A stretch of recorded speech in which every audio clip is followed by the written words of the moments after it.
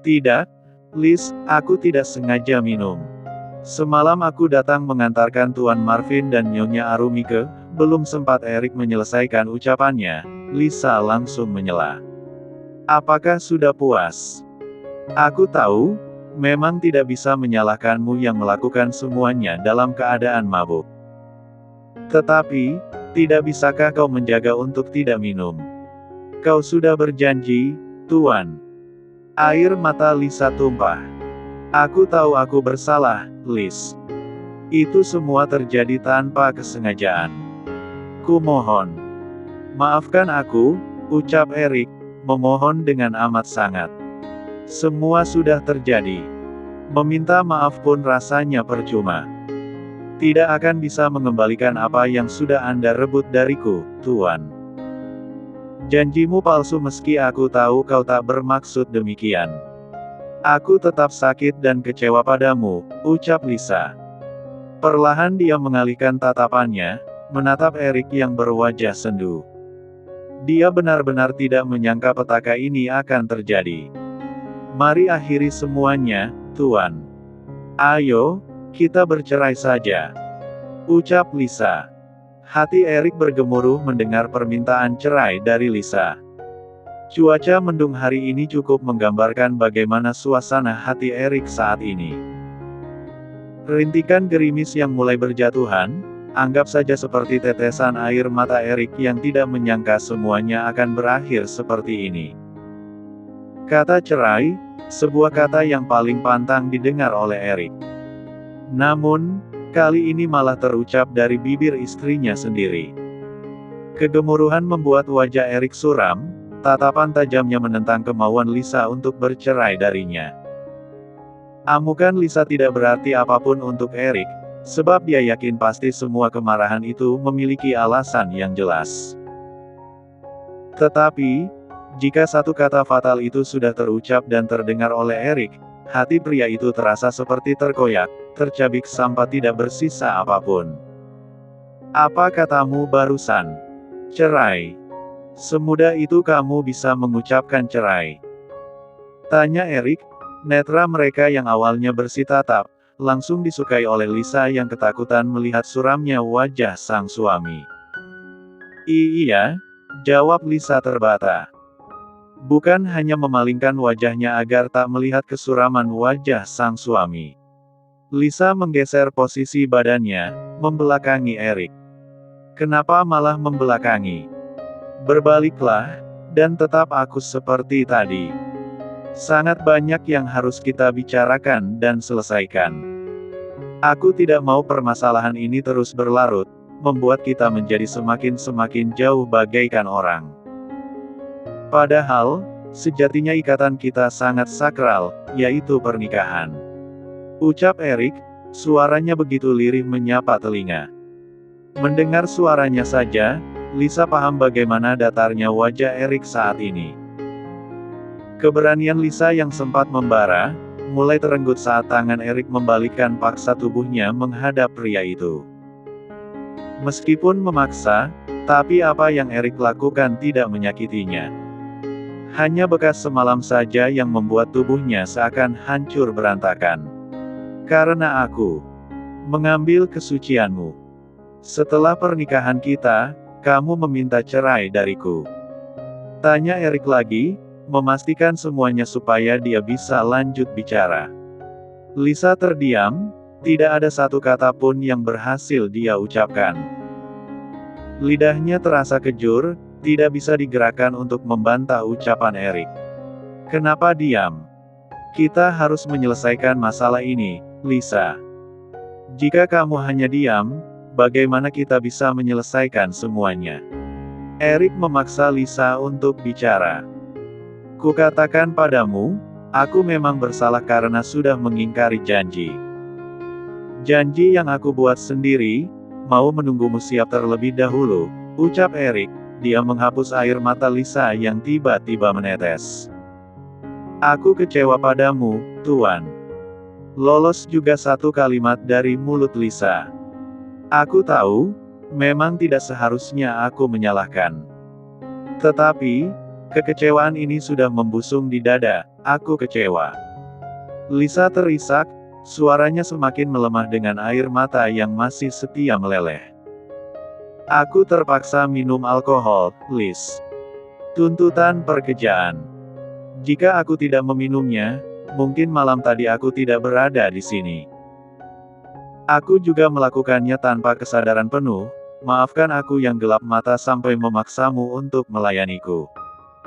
Ucap Erik penuh penyesalan. Tapi, aku tidak akan menceraikan istriku. Aku menikahimu bukan untuk main-main, aku bertanggung jawab untuk mencintaimu, menjagamu. Bukan melemparmu. Saat kata cerai itu terucap olehmu, tidakkah kamu memikirkan perasaan kakek? Bagaimana sedih dan kecewanya dia ketika mengetahui perceraian kita. Ucap Erik panjang lebar, dia menepikan anak rambut Lisa yang menutupi sebagian wajahnya. Pernikahanku hanya akan terjadi sekali. Jujur, aku sudah mulai mencintaimu, menyukaimu, menyimpan namamu dalam hatiku, menyimpan wajahmu, senyummu dalam ingatanku. Lelahku hilang ketika mengingat hangatnya senyumanmu, membakar semangatku menjadi semakin membara. Aku tahu bagaimana kecewanya kamu padaku. Kamu menganggapku tidak bisa menepati janji, dan memaksamu untuk melayani hasratku. Erik terdiam, menatap.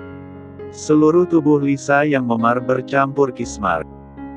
Dari sanalah Erik mulai paham seberapa kasarnya dia memperlakukan Lisa semalam.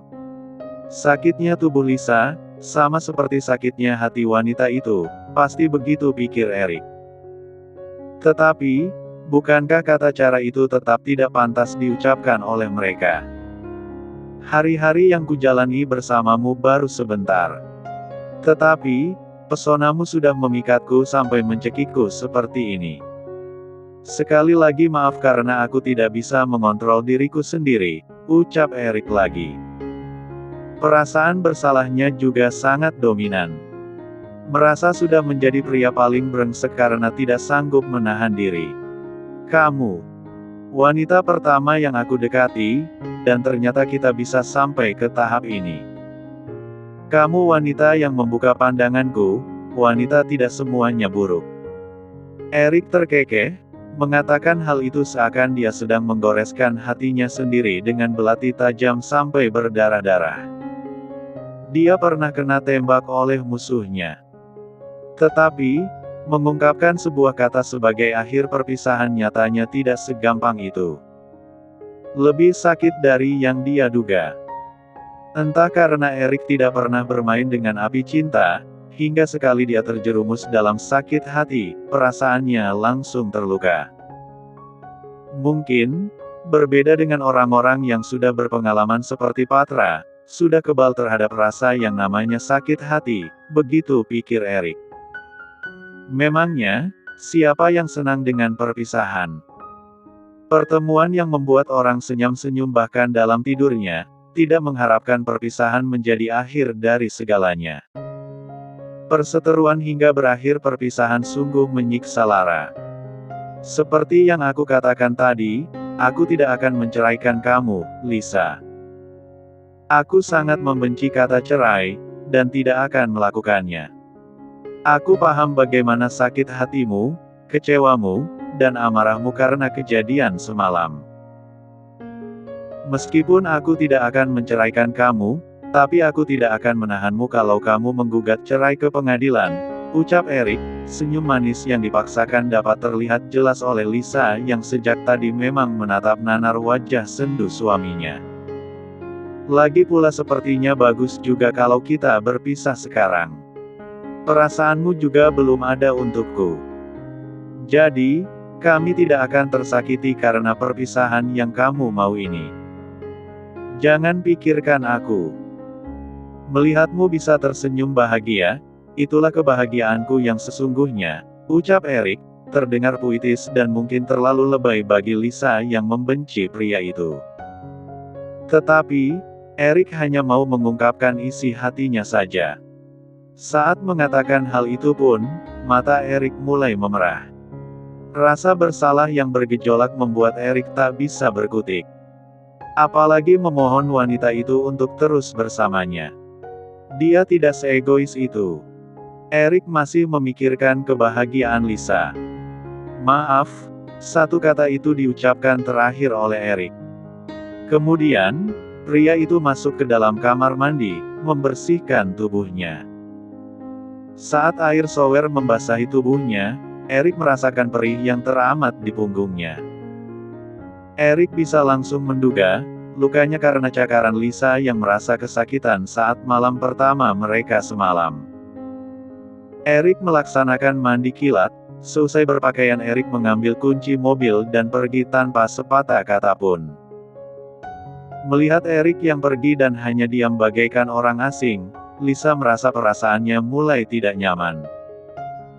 Lisa termenung, memikirkan kembali semua kata-kata menyakitkan yang sudah dia lontarkan untuk suaminya. Baru sekarang dia tahu ternyata Erik sudah mulai mencintainya. Lisa menyugar rambutnya, air mata mulai menetes di pipinya. Matanya yang sudah membengkak terasa perih ketika dia mencoba menghapus sisa air matanya. Aku benar-benar sudah keterlaluan. Melupakan semua kebaikannya hanya karena keegoanku. Hal yang wajar jika dia menggauliku, aku ini istrinya. Kenapa malah semarah itu sampai mengucapkan cerai? Tuhan, aku bersalah pada suamiku. Ucap Lisa, kembali menangis lagi. Kata-kata halus Erik tadi seakan menusuk relungnya. Membangunkan Lisa dari ketidaksadarannya dalam emosi yang menggebu. Lisa turun ranjang perlahan-lahan. Terlatih-tatih dia berjalan masuk ke dalam kamar mandi untuk membersihkan diri. Di dalam kamar mandi, Lisa melihat ada air hangat di bathtub yang disiapkan Erik khusus untuknya. Erik sudah mengatur suhu dan membuat suhu tetap terjaga selama beberapa jam ke depan. Mendapatkan perhatian sebesar itu dari Erik, rasa bersalah kembali mencambuk hati Lisa. Lisa mematung, tergugu dalam diam. Memang tak seharusnya dia meminta cerai. Lagi pula, Lirik hanya merenggut haknya saja. Apa salahnya? Namun keegoisan sudah merasukinya semalam. Sekarang, Lisa baru sadar semua yang dia lakukan dan katakan itu bagaikan duri yang menusuk daging. Kakek, maaf. Aku hampir saja kehilangan seseorang yang begitu menyayangimu dan mencintaiku. Aku benar-benar bodoh, tidak bisa melihat ketulusan yang selama ini dia perlihatkan. Pernikahan yang aku kira hanya dianggap sebagai permainan drama, ternyata itu hanya kesalahpahamanku saja. Nyatanya, dia memang benar-benar mencintaiku. Lisa seperti sedang berada dalam perahu kecil, ditelan ombak besar sampai tersedak air laut. Perahunya hampir saja karam jika dia tidak segera sadar. Burung-burung yang beterbangan di tepian laut tidak lagi terlihat indah. Sejauh mata memandang, hanya terlihat air laut yang biru. Tidak ada ujung, membuatnya takut semakin tertelan. Begitu pula dengan keegoisan. Keegoisan harus tertanam dalam diri supaya tak diperlakukan semena-mena oleh orang-orang. Namun, jika terlalu menimbun keegoisan pun tidak baik. Bisa-bisa keegoisan itulah yang membuat kita kehilangan orang terdekat. Lisa masuk ke dalam bathtub air hangat dengan senyuman sendu yang menghiasi wajahnya. Otaknya kini sedang berputar, memikirkan sebuah cara untuk mempertahankan rumah tangga yang tadinya sengaja dia patahkan. Meski Lisa harus kembali mengutip puing-puing hati yang sudah pecah karena kekecewaan, dia tak mempermasalahkan hal itu. Bersedia menyeberangi lautan demi bisa mengumpulkan lagi semua rasa agar bisa dikembalikan seperti dulu lagi. Nyatanya, semua tidak semudah yang dia bayangkan. Ingin menghubungi Erik yang pergi tanpa berpamitan dan menanyai keberadaan pria itu saja, Lisa tidak memiliki keberanian yang cukup. Namun, dia sadar, jika hanya berdiam diri saja, tentu tidak akan mendapatkan apa-apa. Dia harus memulai duluan demi bisa mencapai ke titik yang dia inginkan, yaitu merebut kembali perhatian dan hati Erik, membangun rumah tangga yang lebih tinggi supaya bisa cepat menjemput kebahagiaan. Selesai berpakaian, Lisa memasak mie instan untuk mengganjal perutnya. Dia tidak tahu kemana Erik pergi dengan perut kosong seperti itu. Saat sedang meniup mie instannya yang masih mengepulkan asap, ponsel Lisa yang berada di atas pantry dapur berdering. Lisa meloncat dan berlari cepat menuju ponselnya, berharap Eriklah yang mengiriminya pesan. Nyatanya, itu cuma harapan Lisa saja. Setelah melihat siapa yang mengirimkan pesan untuknya, Lisa menghela nafas panjang. Seketika harapannya pun langsung pupus. Tanpa menunggu lama lagi, Lisa langsung membuka pesan singkat dari temannya itu. Ya, dia pun penasaran. "Liz, ada Tuan Patra di sini. Sejak tadi dia terus menanyaimu. Katanya, dia merindukanmu." Begitulah pesan singkat yang dikirimkan temannya pada Lisa. Ada sebuah foto yang diikut sertakan bersama pesan singkat itu. Lisa membuka foto itu, dan dia menemukan sesuatu. "Tuan Erik, dia sedang berada di klub bersama Tuan Patra," gumam Lisa. Klub tempat Lisa bekerja buka 24 jam. Makanya tamu-tamu yang datang ke sana tidak mengenal waktu. Mungkin, mereka membutuhkan yang namanya have fun termasuk one night stand. Lisa segera menghabiskan mie instannya walaupun masih panas. Sembari itu, dia memesan taksi online untuk menjemputnya. Setelah minyak habis, Lisa berlari ke lantai atas untuk mengganti pakaiannya. Sementara itu, Erik tadi menghampiri Patra yang sedang berada di klub. Hari ini, Patra sengaja mengambil cuti karena sudah 2 minggu belakangan ini dia terus bekerja lembur. Patra berencana untuk menghabiskan harinya di klub tersebut. Walaupun sedikit kesepian, Patra tidak mempermasalahkan hal. Saat sedang minum-minum ditemani gadis-gadis cantik di sampingnya, Erik menghubunginya berniat menyusul pria itu. Sejak pertama kali Erik datang, Patra sudah bisa membaca suasana hati sahabatnya itu. "Ada apa denganmu? Tumben-tumbenan kamu mau menyusulku ke sini. Biasanya, jika aku mengatakan sedang berada di klub, kamu pasti memintaku untuk menemuimu di luar," ucap Patra, menenggak alkohol yang tersisa sedikit di gelasnya. Gadis yang masih memeluk pinggang Patra menuangkan lagi alkohol ke gelas pria itu. Saat Patra hendak meminumnya, gelasnya direbut oleh Erik. Tingkah Erik itu membenarkan dugaan Patra, pria itu pasti sedang berada dalam masalah.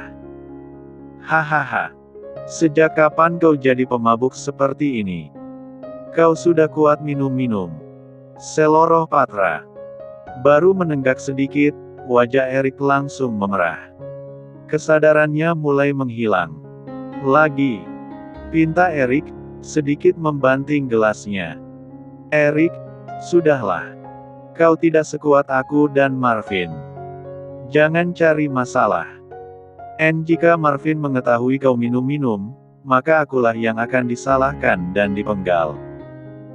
Kau mau kehilangan sahabat tertampanmu ini." Erik tak mau mendengarkan senda gurau sahabatnya. Karena Patra melarang gadis-gadis itu menuangkan minuman keras untuknya, Erik menuangkannya sendiri. Namun, saat dia hampir meminumnya, Patra merebut gelas itu. "Hei bajingan! Kau tidak boleh meminum terlalu banyak," bentak Patra kesal. "Kenapa? Apa hanya kau yang boleh meminumnya? Apa hanya kau yang boleh menikmati hidup? Kenapa aku tidak boleh? Pergilah jika kau tidak mau melihatku minum," usir Erik. Patra menarik dirinya, tidak jadi menghalangi Erik untuk minum. Dia membiarkan Erik melampiaskan semua permasalahannya dengan minum. Dia mulai paham, ada sesuatu yang membuat Erik sangat sedih sampai sahabatnya itu bertingkah seperti itu. Dulu, sesusah apapun Erik, dia tidak akan mau melampiaskannya dengan minum-minum. Patra bersikap biasa saja. Sengaja menggoda para gadis-gadis itu dengan menanyai keberadaan Lisa. Sambil tertawa, Patra meminta Lisa untuk datang. Berpura-pura mengatakan bahwasanya dia merindukan gadis itu. Nyatanya, Patra hanya mau Lisa datang untuk melihat Erik yang sedang mabuk. Erik sangat tidak tahan dengan yang namanya minuman keras, meski kadar alkoholnya rendah sekalipun. Dia juga takut Erik kenapa-napa. Mulai ada beberapa gadis yang duduk di samping Erik, menggerayangi tubuh pria itu. Namun, tidak ada penolakan apapun dari Erik. Tidak seperti biasanya. Setengah jam berlalu, Lisa benar-benar datang ke klub untuk menemui Erik. Dia mematung melihat Erik yang didekati banyak wanita. Sebagian dari gadis-gadis yang mengerubungi Erik mengenal Lisa, dan yang lainnya tidak. Mas. Suara Lisa lirih, kecemburuan mulai menyusup dalam lubuknya. Lisa berdiri tepat di depan Erik. Tidak mempedulikan tatapan teman-temannya yang lain. Mas, kenapa kamu kesini? Kenapa minum? Kenapa? Apa kau takut aku memaksamu lagi? Kamu. Kenapa datang ke sini? Mau memberikan surat cerai untukku? Kamu mau cerai, kan? Baiklah. Kita akan bercerai. Apa aku harus menalakmu sekarang? Semua mata tertuju pada Lisa yang masih berdiri tegak di depan Erik. Pandangan wanita itu hanya menjurus pada Erik seorang. Melihat Erik yang mempermainkan kata cerai sembari tertawa, ada perasaan tak suka yang membuncah di hatinya. Namun, kali ini Lisa tidak bisa marah, bukan? Dia harus benar-benar mengerti mengapa Erik mengatakan hal itu. Lihat saja gayanya, pria itu mabuk lagi. Liz, kenapa dia mau menalakmu? Kalian sudah menikah? Tanya teman Lisa, berdiri di samping Lisa yang masih mematung. Kenapa kau diam di sana? Pulanglah. Urusan perceraian kita, urus di rumah saja, ucap Erik lagi, masih sempoyongan. Tangannya malah memeluk pinggang seorang gadis yang berada di sampingnya. Lisa melotot melihat suaminya memeluk gadis lain, gadis yang lebih seksi tapi tidak secantik dirinya. Kecemburuan yang memuncak menjadikan Lisa sosok yang mengerikan. Mata wanita itu memerah, tangannya terkepal erat sampai giginya bergemalatuk. Dia benar-benar sangat kesal. Mas, kamu benar-benar, iya. Lisa berdecak, dia menggigit bibir bawahnya. Perasaannya tidak karuan, emosinya semakin pecah ketika wanita itu terang-terangan mencium pipi Erik. Dan, yang parahnya, bukannya menolak, Erik malah tertawa dan mengelus-elus tangan wanita itu. Mas. Suara Lisa begitu lantang, menarik perhatian semua orang yang berada di sana. Apa kau mau kita menyelesaikan semuanya di sini? Sekarang juga? Tanya Erik, menatap Lisa menunggu jawaban. Lisa terdiam, meski benar mabuk, apa yang Erik katakan tetap saja menjengkelkan.